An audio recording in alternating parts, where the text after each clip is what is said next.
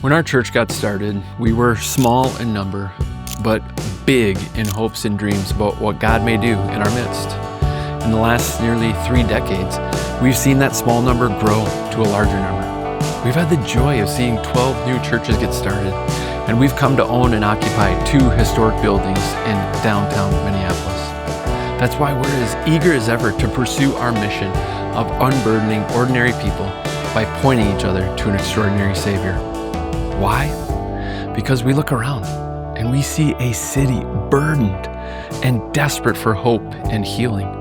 And we know the one who promised to lift every burden and to heal every hurt.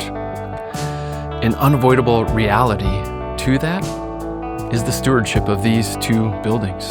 Over the last 150 years, they've grown a little tired, and their wrinkles have become more visible. And so we need to dedicate finances for much needed capital improvements so that we can focus on our much needed mission of pointing people to Jesus. That's the reason for the God is Moving campaign. We've exceeded our current capacity. And so we want to dedicate funds so that we can pursue our mission without distraction or delay. So is it just one of those church capital campaigns? It is. But I want you to think about it less of updating a space and more about sharing His grace. That grace came to one of the women of our church. She was raised outside of the church, which led to atheism. This led further down a road of deception, of New Age spiritualism, and of an abusive relationship. But God was moving. He opened up her eyes to see.